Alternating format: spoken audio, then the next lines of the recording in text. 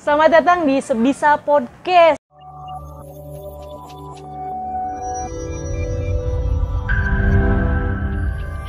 Belum ada quotes-nya, nanti aja di part kedua. Nantikan di Sebisa Podcast part kedua tentang perencanaan bisnis. Masih bareng gue Nova Syifaul Hima dan Kak Arini. Tadi di part pertama kita bahas studi kelayakan bisnis, dan ini part kedua kita bahas rencana bisnis. Betul ya Kak? Ya. Tadi udah detail banget, sekarang rencana bisnis pasti lebih detail banget nih Kak. Oh, oke. Mudah-mudahan bisa beneran ya, bisa detail, bisa memuaskan teman-teman nih gitu. Iya, Kak Ari ini masih bisa ya ngomong selama 40 menit ke depan nih. Amin, bisa-bisa. Minum kita sampai tinggal setengah karena tadi kita ngomong terus, dan ngomong juga kita emas lah ya Kak, bisa berbagi sama teman-teman atau sobat bisa yang nonton yang akan memulai bisnis. Nah, ini kita nanti lebih spesifik lagi bahas rencana bisnis, karena kalau udah kita memahami tadi dan mempersiapkan studi kelayakan bisnis, dan wajib kudu harus kita merencanakan perencanaan bisnis ya Kak ya. Nah, kita bahas dulu nih, gimana sih atau apa sih yang disebut perencanaan bisnis? Nah, di part 1 kita kan ngomong tentang studi kelayakan ya. Betul. Gitu. Jadi sebenarnya kayaknya kok kalau dilihat yang dikaji itu lagi ya gitu. Karena memang sebenarnya tujuannya beda. Kalau tadi studi kelayakan kita mau bilang bisnis kita layak atau enggak. Betul. Bisnis kita cuan atau enggak gitu. Singkatnya bisnis kita cuan atau enggak. Nah, kalau untuk rencana bisnis, ketika kita udah dibilang oke, ini bisnisnya menghasilkan laba dalam jangka panjang gitu, dia bisa sustain gitu, baru kita buat rencana bisnis. Tuh, ketika membuat rencana bisnis, biasanya nih kalau yang studi kelayakannya udah bagus, biasanya itu juga yang dipakai untuk rencana bisnis, karena memang sebenarnya tujuannya beda gitu, Kalau yang pertama tadi studi kelayakan kita bilang bisnisnya layak atau enggak, menguntungkan atau enggak. Kalau rencana bisnis adalah ke depan nih kita bisnisnya supaya beneran sustain nih, beneran bisa bertahan 5, 10, 20, 50 tahun barangkali kalau mau diwarisin nih ke anak-anaknya. Itu harus dibuat rencananya ke depan gitu. Pemetaan jadi, gitu Kak ya? Pemetaan, kajian, rencana sih sebenarnya rencana gitu. Lu mau ngapain sih gitu, punya bisnis terus ini kalau udah, oke, bisnisnya layak, terus mau diapain? Kalau udah layak kan, kalau memang mau bisnis ya harus dijalanin. Nah, sebelum dijalanin itu harus bikin rencana bisnis. Berarti beda ya Kak antara studi kelayakan bisnis dan perencanaan? Itu sangat beda ya Kak ya? Secara ngitungnya sih enggak ya, secara kajiannya sebenarnya enggak beda jauh. Nyambung deh, sebenarnya nyambung. Kalau biasanya sih kalau teman-teman yang korporat gitu, itu orangnya itu lagi yang ngitung gitu, yang bikin studi kelayakan dia juga, yang bikin rencana bisnis juga biasanya orangnya sama juga gitu. Aspeknya juga mirip. Aspeknya juga mirip. Tapi di rencana bisnis kita lebih lengkap nih, harus lebih didetailkan. Kalau tadi misalnya di studi kelayakan kita bilang produknya A nih gitu, produk kita A, kita mau bisnis A. Nah, ketika di rencana bisnis harus lebih detail. Ini apa gitu. Mungkin kita apa ya, ngambil contohnya toko sembako kali ya. Sembako, bener. Toko sembako nih gitu. Misalnya kita ambil toko sembako. Pada saat studi kelayakan kita udah tahu, toko sembako kita akan untung dalam waktu misalnya 2 tahun. Bukan akan untung, akan balik modal dalam waktu 2 tahun gitu. Minimal lah ya. Minimal 2 tahun misalnya. Terus kita juga tahu kita berapa pegawainya untuk bisa mencapai studi kelayakan itu. Udah tuh kira-kira kita harus punya pegawai berapa, mau sewa tempat di mana gitu. Terus kita akan memasok sembakonya dari mana gitu. Nah, ketika di rencana bisnis ini lebih didetailin lagi. Kalau kayak tadi kan cuman mungkin baru global nih, kita bilang kita tahu kita akan memasok sembako dari pasar induk. Betul.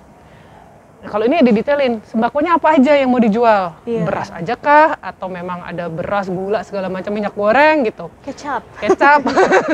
Nggak, pasti senang makan manis ya. Ingat yang pertama kecap nih ya gitu, kecap gitu. Nah misalnya gitu.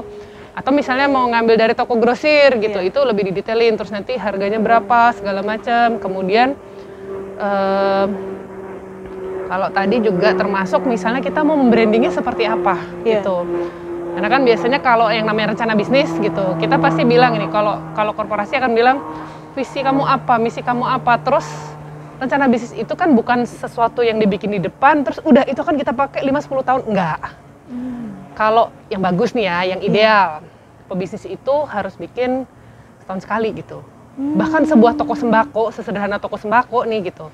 Ada bagusnya dia tiap tahun nih gitu, tiap awal tahun punya nih rencana bisnis gitu. Kan dia, tentunya kita semua berharap nih bisnis kita pas awal mulai gitu. Terus setahun kemudian, saya udah mulai untung. Terus dia kan bikin rencana bisnis baru gitu. Terus, ternyata saya berkembang lagi. Mungkin tadinya di rencana awal, ketika studi kelayakan, dia akan punya satu toko hanya dalam waktu 3-5 tahun aku cuma punya satu toko. Ternyata tiba-tiba misalnya di tahun kedua karena memang bisnisnya bagus gitu. Dia punya modal untuk bikin toko kedua. Karena harus diupdate lagi nih rencana bisnisnya gitu.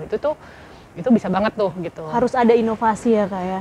Itu ya nanti inovasinya tuh yang tercatat di situ. Jadi yang namanya rencana bisnis bukan sesuatu yang dibikin di awal terus udah kita jalanin. Nggak cuma gitu. Dia harus diupdate terus nih tiap ini gitu. Kadang kan paham kita ya, khususnya saya ya Kak ya.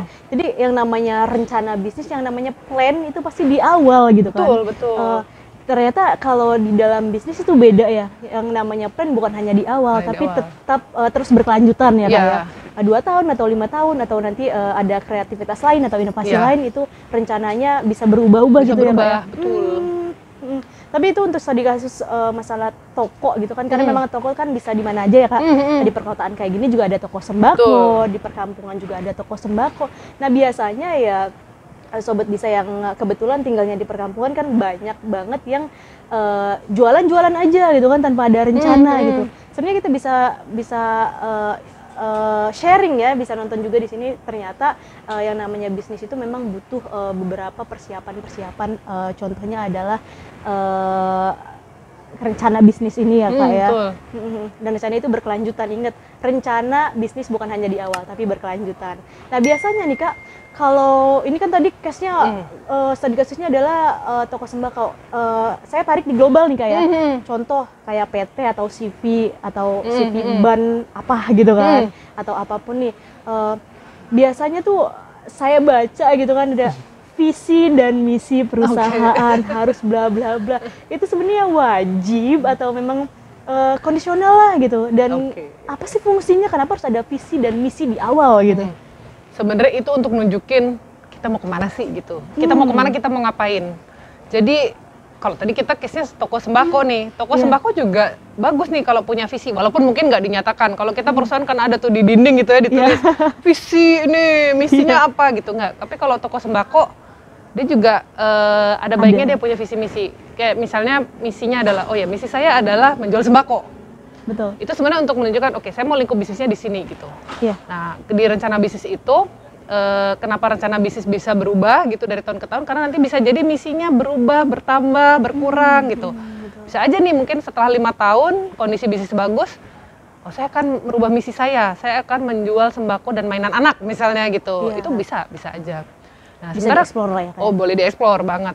Visi juga sama. Misalnya visinya adalah kita ingin jadi toko sembako paling maju gitu ya di daerah itu gitu. Atau lidi biasanya kalau visi kan gitu ya. Cita-citanya jangka panjang jadi paling hebat, jadi paling apa. Atau kalau misalnya malu-malu nih gitu, malu-malu enggak aku nggak mau visi yang jauh-jauh banget, tapi paling enggak ingin menjadi yang terkemuka, ingin menjadi yang paling eksis barangkali ya gitu, paling eksis gitu. Itu bisa gitu. Bahkan seperti toko sembako juga dia mungkin punya cita-cita juga gitu. Saya pengen jadi toko sembako yang paling lengkap misalnya gitu. Toko sembako kan macam-macam ya. Bisa jadi dia mikir, ini kalau di daerah saya belum ada toko sembako, saya ingin jadi toko sembako paling pertama dan paling lengkap di daerah ini. Tapi kalau misalnya dia udah banyak nih toko sembako kan macam-macam, mungkin dia pengen jadi yang paling lengkap atau yang buka 24 jam misalnya gitu, karena dia pengen jadi toko sembako yang nilai kepuasan pelanggannya paling bagus gitu. Pokoknya saya ingin melayani selama 24 jam, bisa juga gitu. Tapi itu jangka panjang, terus mimpi lah. Kalau visi itu mimpi sebenarnya, mimpi. Ya mungkin kalau kayak toko sembako nggak perlu nulis lah di dindingnya, nggak perlu pakai slogan-slogan, tapi sebaiknya memang kalau punya bisnis, kan kita semua bisnis pengennya jangka panjang ya, nggak 3 tahun tutup, 5 tahun tutup, enggak gitu. Tapi itu sebenarnya yang mendorong, jadi rencana bisnis saya harus bisa mencapai visi dan misi saya gitu. Iya. Gitu. sebagai motivasi juga ya Kak, kalau udah tujuannya nih kemana nih, kita ingat lagi visi misi kita gitu kan. Iya benar. Berarti memang sangat berpengaruh ya Kak sebenarnya visi dan misi. Cuman bedanya balik lagi kita dalam bisnis apa gitu ya Kak ya. Ya. Kak, aku mau nanya lagi nih. Banyak banget nih kayaknya pertanyaannya. Cukup nggak ya waktunya? Mudah-mudahan cukup. Biasanya Kak ditarifin berapa nih pertanyaannya? Kalau aku baca ini aku tarik kesimpulan, aku tarik jalur dulu nih ya, biar fresh juga nih. Ada yang pengen kenal Kakak juga, karena memang dari awal, di part pertama kita langsung ngegas, pembahasan kita bener-bener berat. Dan ini part kedua, baru awal juga kita langsung berat juga nih pembahasannya. Kak, ini aku pengen nanya nih, karena aku baca juga di bio gitu kan, kalau Kakak ini memang pekerja keras tadi sudah dibahas ya. Terus kemudian Kakak juga suka traveling dan writer gitu. Boleh spill dikit dong Kak, nanti kita bahas lagi tentang bisnisnya. Ini boleh spill dikit, Kakak nulis apa sih gitu kan Kak? Sebenarnya kalau ditanya produk tulisanku yang paling banyak gitu ya, mungkin buku-buku manajemen gitu ya, banyak buku tentang manajemen. Bisnis juga? Ya lebih ke untuk bikin prosedur, standar operating prosedur gitu. Jadi untuk bikin SOP, kemudian juga ada tentang key performance indicator. Nah, kalau itu mungkin lebih ke korporat ya gitu. Kalau teman-teman dari pebisnis yang ukurannya kecil, mikro, jarang mungkin yang pakai. Tapi itu sebenarnya boleh diterapkan gitu. Jadi kalau diterapkan boleh-boleh aja gitu. Aku pernah nulis buku tentang SOP dan KPI untuk UKM gitu. Itu ada di Penebar Swadaya. Itu kemarin aku cek di Shopee, Shopee-nya Penebar Swadaya masih ada loh gitu. Boleh lo dilihat-lihat gitu ya. Kalau misalnya cocok, boleh nih dilihat-lihat nih gitu. Nah, jadi itu juga nanti KPI itu adalah salah satu yang masuk sebenarnya di rencana bisnis gitu. Rencana harus bisnis, ada gitu. KPI itu adalah itu Key Performance Indicator. Nah, jadi kalau untuk bisnis yang kecil gitu, ya indikatornya jangan seabrek-abrek kayak kalau di perusahaan ya gitu. Kalau di perusahaan kan, wah segala dijadiin KPI, pusing sendiri. Nggak usah gitu. Kita targetnya yang sederhana, yang kelihatan aja. Misalnya itu di rencana bisnis juga perlu dinyatakan tuh. Misalnya kalau kita bikin rencana bisnis untuk tahun 2023. Nah, kita kan bilang di akhir tahun 2023 saya ingin pendapatan saya sekian, barang saya terjual sekian gitu.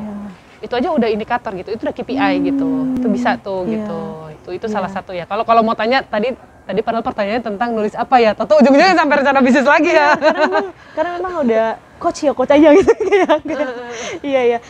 Berarti kan tadi udah dibahas juga tadi kelayakan gitu kan, aspek-aspeknya sebenarnya hampir mirip ya Kak ya, untuk perencanaan bisnis dengan aspek-aspek kelayakan studi kelayakan bisnis tadi. Nah, kita tarik lagi kesimpulannya di sini untuk perencanaan bisnis kan biasanya ada aspek-aspek tertentu seperti yang tadi sudah dibahas, itu dari mulai operasional, pemasaran. Ini kita acak nih bukan dari urutan pertama, operasional, manajemen, pendanaan, bahkan ada hukum kalau perusahaan besar ya Kak. Nah, kalau di perencanaan itu kan ada di studi kelayakan bisnis, dan sebenarnya bisa ditarik juga untuk ke perencanaan bisnis juga ada aspek-aspek itu ya Kak. Nah, faktor yang paling penting gitu untuk memulai suatu bisnis di dalam perencanaan bisnis itu apa sih Kak? Sebenarnya semua sama sih gitu ya. Sebenarnya semua juga sama. Tapi biasanya di dalam rencana bisnis itu strategi bisnisnya sih yang pengen rencananya gitu. Strateginya ke depan mau ngapain? Kita udah punya tadi mungkin. Kalau di studi kelayakan kita udah tahu, produk kita seperti ini konsepnya. Kemudian kita udah tahu kira-kira harga jualnya mau berapa. Kemudian produksinya mau seperti apa gitu. Target pasarnya, produksinya. Nah, itu tadi mungkin kita kembali ke toko sembako ya gitu. Ke toko sembako, misalnya udah tahu tahun 2023 kita pengen buka toko sembako, jualannya apa saja, kira-kira pendapatan pasarnya di mana, terus nanti kira-kira pendapatannya berapa, terus kita udah tahu kita mau supply sembakonya dari mana, nanti kira-kira harga belinya berapa, terus mungkin biaya sewa tempat lah, kalau memang harus sewa tempat, biaya tenaga kerjanya udah apa gitu, udah tahu. Tapi kan sekarang untuk bisa mencapai pendapatan itu tadi, yang rencananya kita mau targetnya pendapatannya sekian, mesti ngapain? Iya. Itu kan gitu, mesti Betul. ngapain gitu. Nah itu harus bikin strateginya gitu. Oke. Nah strategi itu bisa dibantu pakai, kalau kita kan nyebutnya tools ya, perangkat Tools, gitu. betul. Padahal sebenarnya bentuknya cuma kotak doang, 4. Namanya SWOT analysis. Oh iya, saya pernah SWOT baca SWOT. analysis. Apa tuh SWOT, Kak? Singkatan kah? SWOT itu singkatan, jadi strength, weakness, opportunities, dan threat gitu. Dari 4 itu kita tahu nih, strength kita, kekuatan kita apa gitu, bisnis kita kekuatannya apa, punya kekuatan apa, terus dari weakness-nya, kelemahannya apa sih gitu, terus dari opportunities-nya, kita punya peluang apa yang bisa diambil, nah terus threat itu ancamannya apa. Dan nanti dari SWOT ini sebenarnya kalau mau lebih detail ada alat-alat lain, tapi sebenarnya SWOT aja udah cukup gitu. Untuk perencanaan bisnis ini. Untuk perencanaan bisnis itu udah cukup gitu. Dia cukup sederhana dan bisa dipakai untuk bisa mengira-ngira nih, kalau saya punya kekuatannya begini, kelemahan saya begini, terus ada peluang ini dan ancamannya ini, kira-kira terus aku mesti ngapain gitu, pebisnis mesti ngapain. Makanya kenapa rencana bisnis harus dibuat tiap tahun, karena SWOT-nya bisa berubah tiap tahun. Betul. Katakan kalau tahun ini, misalnya 2022 ini, threat-nya apa sih gitu. Ancaman kita mungkin salah satunya adalah tahun depan kayaknya ada resesi nih gitu. Nah resesi, itu kan mungkin waduh. terus harus lihat, kalau tahun depan ada resesi, aku mesti ngapain ya supaya bisa survive gitu. Nah misalnya itu nanti punya strategi Plan B sendiri. gitu lah ya. Ada plan B-nya misalnya mau bikin plan B. Terus kalau sebenarnya kalau kita kayak tadi nih, mungkin kalau kayak sembako ya, sembako itu misalnya toko sembako, strength-nya misalnya dia udah pakai, karena udah kekinian nih toko sembako, dia pakai teknologi terkini nih untuk stok, untuk transaksi gitu, untuk nyatet stok, untuk transaksi gitu. Jadi dia tahu, oh kalau saya kekuatannya adalah pencatatan stok saya aman gitu, pencatatan stok saya terkendali. Iya. Misalnya kelemahannya adalah karena dia toko baru, pegawainya masih baru. Oh iya. Masih baru, dia ngambil anak-anak di sekitar toko itu gitu ya, kan pemberdayaan masyarakat gitu ya, misalnya ada cita-cita visionnya salah satu pemberdayaan masyarakat, tapi ini anak-anak baru lulusan SMA, belum pengalaman, itu mungkin bisa dianggap sebagai weakness gitu, ada kelemahan. Nah terus ada lagi mungkin peluangnya, di situ belum ada minimarket lain gitu, atau toko sembako lain belum ada gitu. Nggak ada kompetitor ya? Nggak ada kompetitor. Atau kalau misalnya ada toko sembakonya mungkin yang ini cuma jual beras doang, yang itu cuma jual gula doang, yang itu minyak goreng doang. Jadi dia bilang, oh nah, saya akan bikin toko sembako yang lebih lengkap gitu. Misalnya opportunity yang diambil itu. Terus ancamannya misalnya di daerah itu sering banyak pencurian gitu. Nah itu kan lo udah tahu tadi misalnya SWOT tadi unggul, dia teknologi terkini gitu ya, pakai teknologi terkini. Terus tadi kelemahannya pegawainya belum pengalaman, itu kan bisa di training pegawainya. Ada strategi, saya harus mendidik pegawai saya, harus di training. Opportunity-nya dia satu-satunya toko sembako di situ atau toko sembako paling lengkap. Wah, ini peluang saya bisa di ini gitu, bisa saya harus memanfaatkan peluang itu. Misalnya promosinya lebih kenceng atau apa, atau mungkin dia buka lebih lama gitu. Kemudian 24 tadi jam ya? Bisa misalnya tadi 24 jam gitu. Udah kayak warteg. Terus ada lagi ancaman adalah misalnya ancaman keamanan. Dia tahu berarti saya harus takut dicuri kan ini stok sembakonya gitu. Jadi mungkin dia harus pasang CCTV lah, atau dia mungkin malah bayar preman di sekitar situ gitu. Itu kan menentukan nanti strategi kita mau apa gitu, supaya bisnis kita bisa sustain gitu. Itu mungkin salah satu tadi SWOT sama strategi tadi gitu. Kalau kita udah tahu nih ada apa aja, kita juga udah tahu, oh besok mau ngapain nih gitu. Gitu sih. Kak, diminum lagi. Diminum lagi. Iya, udah banyak banget pembahasan kita ini. Sampai seret ya. Padahal kakak yang banyak ngomong, aku mulu yang minum nih. Kak, ini kan ada beberapa pembisnis itu yang diharuskan gitu, kok harus banget mengerti proyeksi bisnis gitu kan. Ya. Kenapa sih gitu? Itu masuk dalam perencanaan juga nggak ya? Masuk banget. Jadi luas banget nih perencanaan nih, Kak. Jadi memang kadang-kadang gitu ya, secara tradisional orang kalau yang namanya lihat perencanaan, yang nomor satu dia lihat apa? Apa tuh? Cuannya ada atau enggak? Ya ngapain kita bisnis kalau nggak ada cuan? Iya, itu. Jadi memang kalau bahasa bisnis, pada akhirnya semua UUD, ujung-ujungnya duit. bukan sekedar cuannya, tapi kita semua bicaranya tadi gitu. Karena kan barang beda-beda ya. Betul. Tadi kita ngomong sembako aja, ada beras, ada gula, ada tadi kecap mungkin ya, kita ngomong kecap gitu. Itu kan harganya beda-beda gitu, satunya beda-beda. Nah, yang bisa supaya bahasanya sama nih kalau mau ngomong gitu, itu biasanya mereka dikonversi jadi uang, jadi rupiah. Terus kan kita juga kayak tadi ujung-ujungnya duit. Kita punya usaha, ada modalnya uang juga kan gitu. Ujung-ujungnya kita beli barang harus ada uangnya. Barang tuh maksudnya barang produksi ya gitu, barang-barang dipakai untuk produksi. Misalnya kalau kayak toko sembako tadi beli rak gitu kan, kita akan beli rak. Kita mungkin tadi beli sistem yang buat stok sama penjualannya, itu kan semua ada uangnya gitu. Terus nanti ongkos produksi dia mau beli barang modalnya gitu, itu kan juga semua pakai uang juga gitu. Pemasukan juga uang. Itulah kenapa harus ngerti proyeksinya dalam bentuk keuangan gitu. Betul.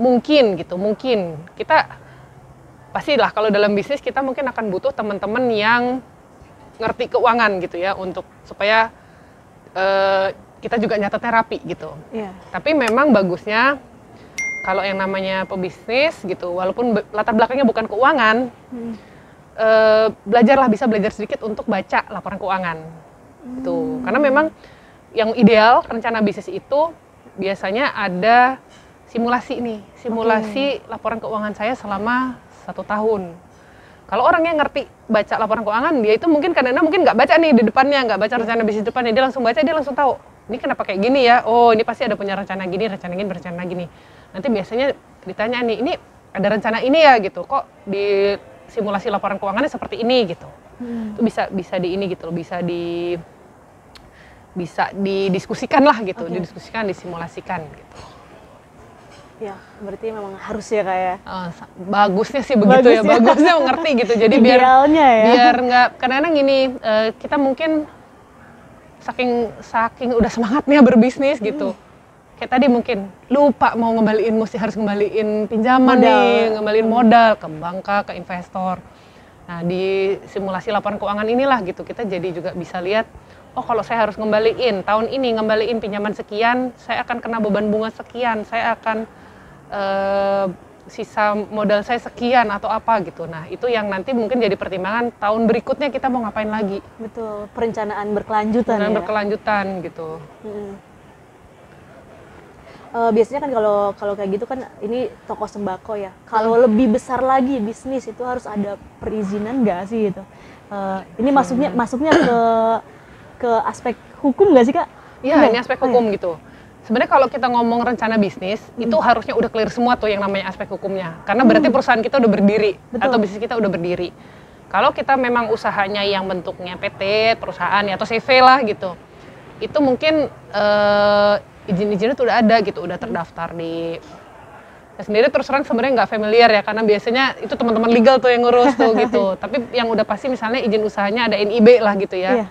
Ada nomor induk berusaha, di situ ada catatan lingkup bisnis kita apa aja gitu, karena itu nanti kemana-mana tuh ngaruhnya gitu, ke anggaran dasar. Kalau misalnya kita mau jadi perusahaan kan harus ada anggaran dasar, itu nanti kecatat juga tuh di situ.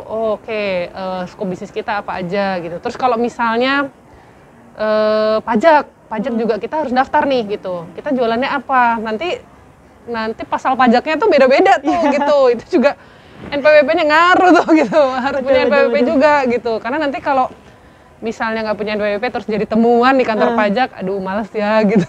Wajib bayar pajak ya? Dia bayar pajak loh gitu. Banyak, itu mungkin salah dua yang paling yang dasar banget lah, hampir semua pebisnis harus punya. Nah, sekarang terus tergantung nih izin bisnisnya gitu. Mungkin kalau toko sembako sederhana ya mungkin lebih ke NIB aja ya gitu. Tapi kalau misalnya perusahaannya itu bisnisnya itu udah kayak bisnis misalnya kayak konsultan gitu, mungkin kita harus mendaftar ke asosiasi gitu. Ada yang kayak gitu-gitu sih gitu.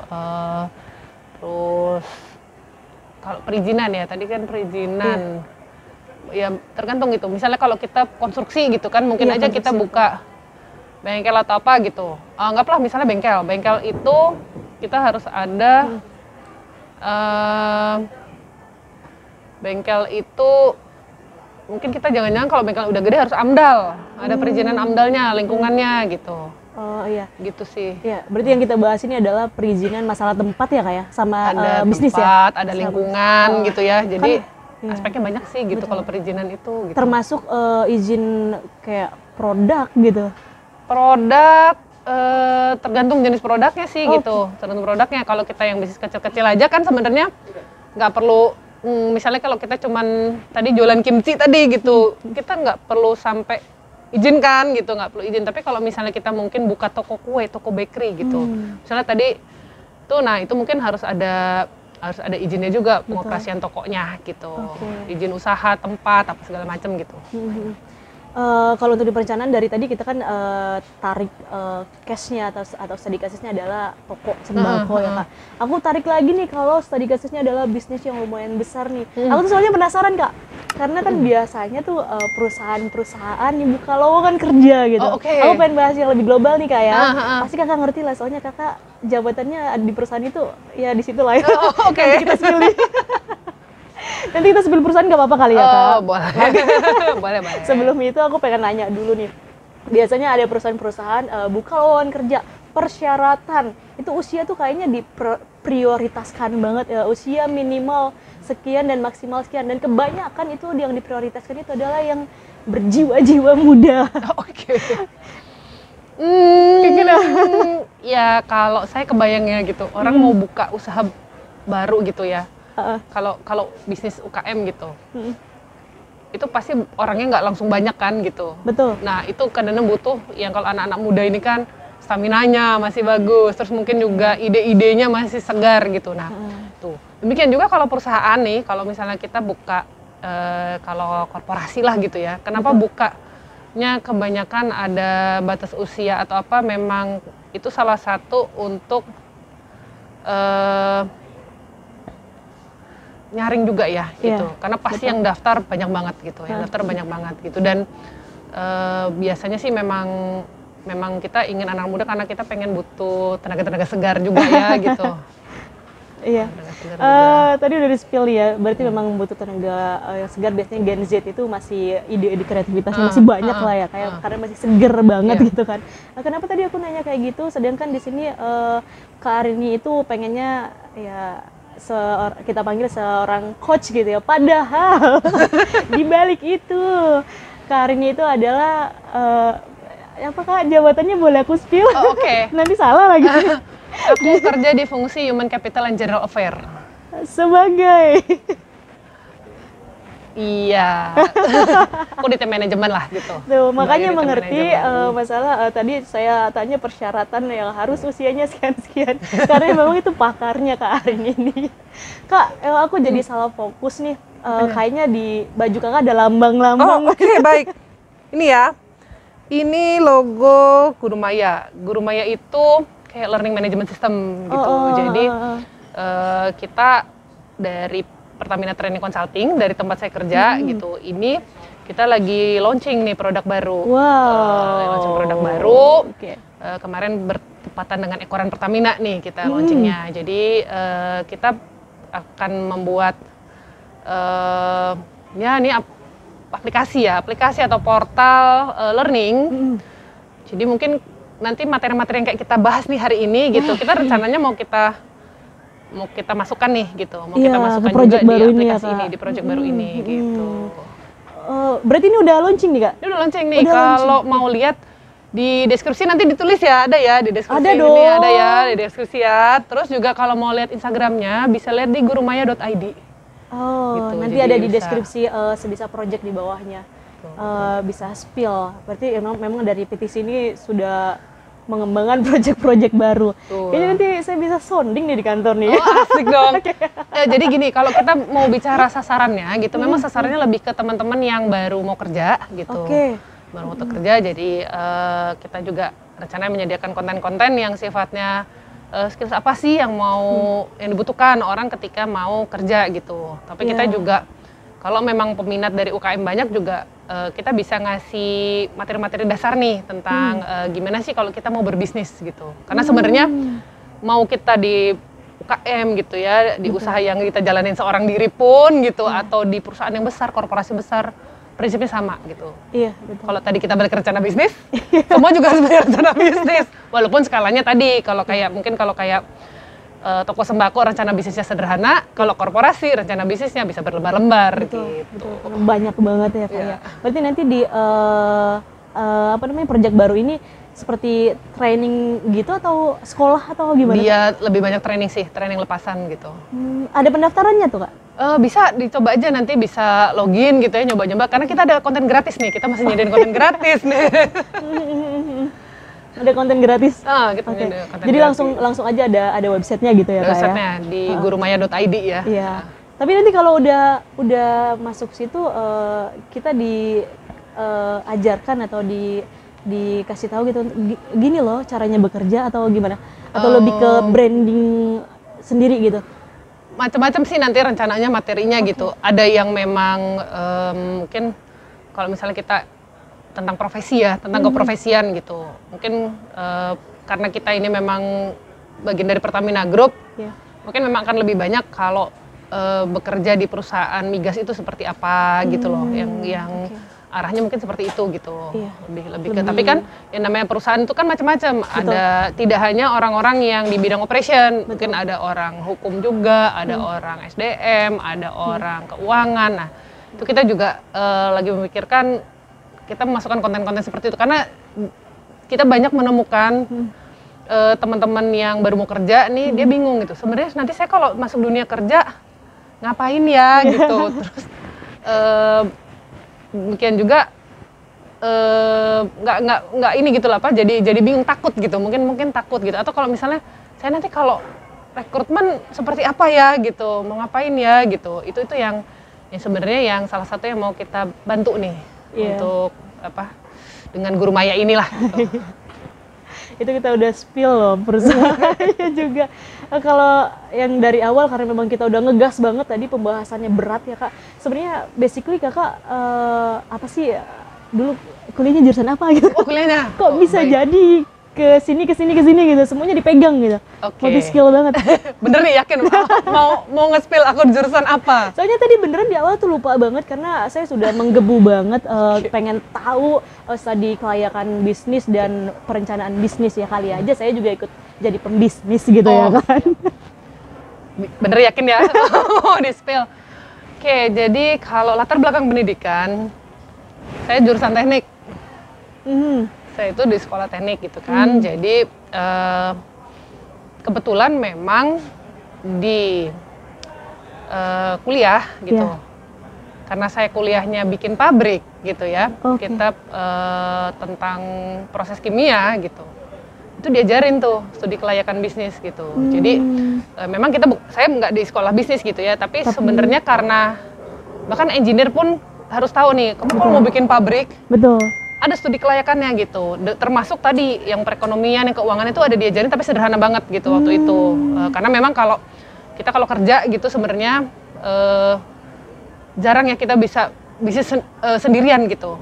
Pebisnis juga sama gitu, jarang yang maksudnya kalau sendiri ya udah paling skupnya segitu-gitu aja gitu. Nah itu jadi di kuliah pun aku diajarin bahwa lu tuh kalau mau bikin pabrik emang nggak bisa sendirian, ngitung sendirian, mengkaji sendirian, pasti nanti akan butuh bantuan orang keuangan kah, butuh bantuan orang SDM atau apa untuk bisa bikin studi kelayakan gitu. Tapi kita diajarin dasar-dasarnya tuh. Berarti teknik kimia, belajar bisnis, belajar SDM. Seorang writer juga, luar biasa banget. Ini sorry banget Kak, karena backgroundnya aku ditaruh di akhir, karena tadi beneran saya menggebu banget pengen tahu gitu kan. Ini kan ilmu mahal yang akan bisa kita dapatkan secara gratis di Sebisa Project. Itu sih yang bikin aku menggebu Kak. Kak, ini boleh nggak sih Kak share IG pribadi mungkin kali aja kan mau tanya-tanya gitu Kak, dibalas ya nanti kalau di MK. Kalau mau tanya-tanya gitu ya, bisa ke LinkedIn. LinkedIn Okay. saya Arinita Thagati sesuai dengan nama saya. Itu boleh ditaruh di deskripsi ya, bisa gitu. Kalau teman-teman ada yang mungkin mau DM ya nanya gitu. Sekalian nih Kak, kan Kakak juga seorang writer. Bukunya bisa kita beli di mana? atau judulnya apa sih Kak, spill gitu? Judulnya tadi mungkin salah satu tadi udah disebut, okay. SOP dan KPI untuk UMKM dan startup. Wah, harus punya tuh. Itu di Penerbangan Swadaya gitu ya. Terus ada lagi yang menyusun SOP itu mudah gitu. Itu juga di Penerbangan Swadaya gitu. Kalau untuk yang pebisnis itu. Kemudian saya juga tadi ngecek, saya tuh pernah nulis buku ini yang kita bahas hari ini gitu, rencana bisnis. Terus tadi di part 1 kita bicara studi kelayakan, ada di buku Tourism Planner, itu di penerbit Andi. Saya kemarin cek di Shopee-nya, masih ada juga ternyata gitu. Jadi bisa mungkin cari pakai nama saya, Arini Tasagati, atau Arini T. Sumohadiwijoyo gitu. Nanti muncul ya, langsung klik, taruh di keranjang, check out gitu. Oke. Kak, ini terima kasih banget udah 2 part kita bahas masalah bisnis ya kan. Dan ini ilmu emas banget.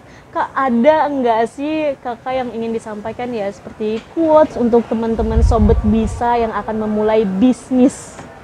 Oke. Dengarkan baik-baik. Apa ya quotes-nya? Waduh, aku jadi ini nih. Jadi grogi nih disuruh minta quotes. Tatap sini dulu ya gitu. Intinya sih teman-teman, walaupun kita mungkin ada ada keinginan gitu. Kalau teman-teman ada keinginan, ada niat untuk berbisnis, kalau memang teman-teman ini walaupun teman-teman mungkin ragu-ragu gitu, tapi teman-teman tuh harus berani mencoba sebenarnya. Nah, dengan berani mencoba ini tadi toolsnya mungkin salah satu yang kita ngobrolin nih sama Mbak Nova. Ada studi kelayakan, ada rencana bisnis. Itu adalah tools yang membantu teman-teman untuk mencoba gitu. Dan jangan pernah takut mencoba, karena kalau kita nggak mencoba, kita nggak pernah tahu sebenarnya kita bisa atau enggak. Betul. Itu. Itunya belum ya. Kak Arini, ini thank you banget, udah 2 part, udah berjam-jam nih kayaknya. Ini ilmunya sangat bermanfaat banget buat saya khususnya, dan buat Sobat Bisa juga. Dan beneran semoga Sobat Bisa yang akan memulai bisnis dan menjalankan rules yang sudah di-sharingkan oleh Kak Arini, semoga nanti bisnisnya sukses. Terima kasih Sobat Bisa sudah menonton podcast kita kali ini ya. Nantikan di podcast kita berikutnya, dan akan kita hadirkan bintang tamu hebat lainnya dan dari penjuru manapun. Thank you Sobat Bisa, thank you Kak Arini. Bye bye.